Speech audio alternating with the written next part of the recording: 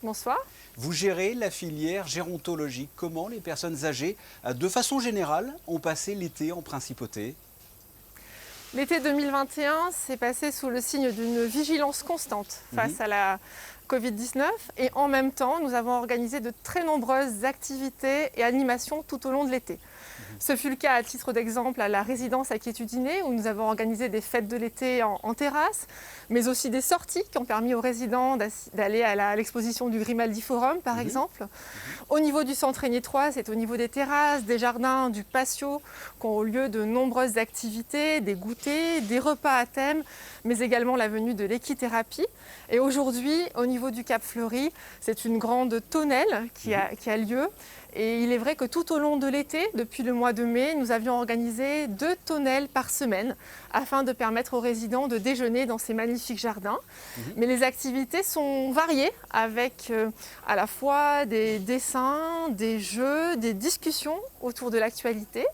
Et l'été 2021, grâce notamment aux Jeux Olympiques, a été riche et nous avons été gâtés en termes d'événements. Eh oui. J'imagine que l'on ne s'occupe pas des personnes âgées de la même façon l'hiver que l'été. Quelles sont les particularités par rapport aux saisons et à la prise en charge et à la vigilance?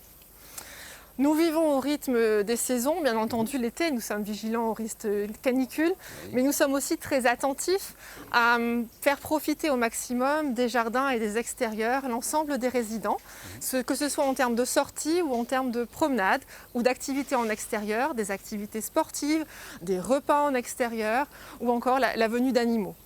Alors aujourd'hui, le prince Albert II s'est rendu au traditionnel déjeuner du Cap Fleuri pour rencontrer les résidents. C'est toujours un moment important, j'imagine.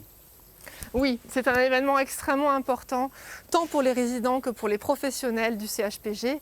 Effectivement, nous avons un attachement très fort vis-à-vis de la famille princière et cela fait partie des traditions qui ont lieu tous les ans au niveau du Cap Fleuri. Et je pense que nous en sommes très heureux et les résidents en sont très fiers et ce sont des moments absolument merveilleux pour eux.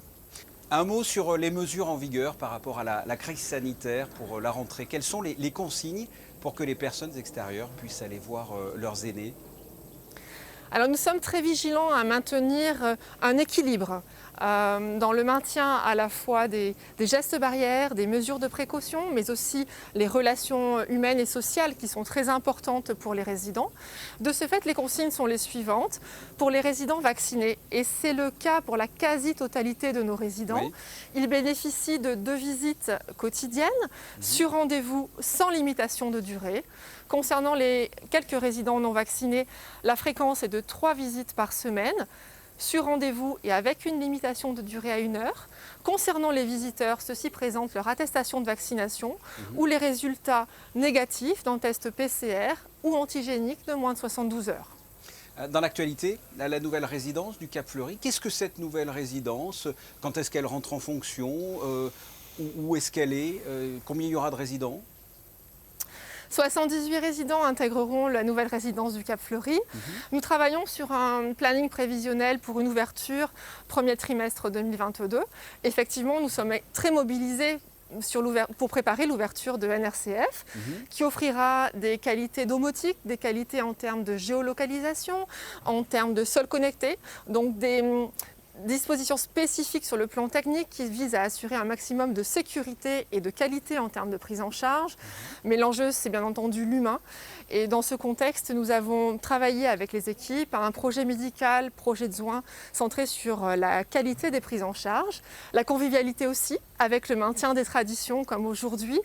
Ce projet est porté depuis de longs mois au sein du CHPG par les équipes de la filière gérontologique et du CHPG dans son ensemble. Nous préparons ainsi un projet qui vise à accompagner au mieux les résidents et leurs familles dans cette nouvelle étape. À titre d'exemple, nous avons d'ores et déjà organisé 2 conseils de vie sociale où les familles ont été conviées pour avoir tous les éléments nécessaires concernant ce changement important.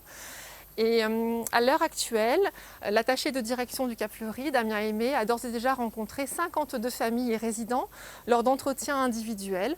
Nous sommes en effet extrêmement focalisés et mobilisés sur le meilleur accompagnement possible de chacun dans cette étape importante. Quel est votre constat quant au nombre de personnes âgées qui ont besoin de vos services et le nombre de places? Vous pensez qu'à terme, on risque d'arriver à une saturation? On est bien? La dynamique en place est celle de répondre au mieux aux besoins de santé publique de la population, que ce soit au niveau du CHPG qu'en partenariat au niveau de la Principauté de Monaco. Nous travaillons bien entendu dans une filière gérontologique qui s'appuie aussi sur un maintien à domicile extrêmement performant et nous avons des partenaires comme la Fondation Hector Otto. Je sais que parfois dans les pays voisins, on peut regretter la qualité des services pour les personnes âgées. Alors, je pense notamment à certaines maisons de retraite dans l'Hexagone, pas toutes évidemment, on ne va pas faire de généralité, mais certaines qui peuvent ressembler parfois à des mouroirs. Comment se positionne la principauté par rapport à la qualité de vie des personnes âgées ?